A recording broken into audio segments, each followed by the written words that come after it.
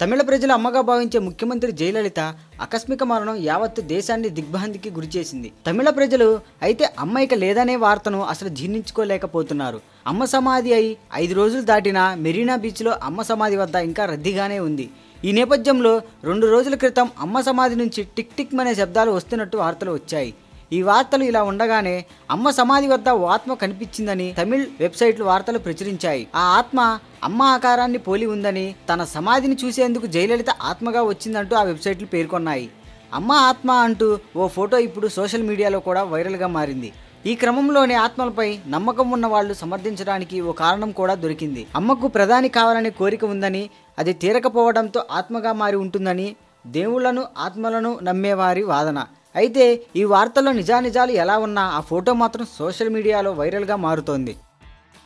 ఈ వీడియోపై మీ విలువైన కామెంట్స్ని మాతో షేర్ చేసుకోండి.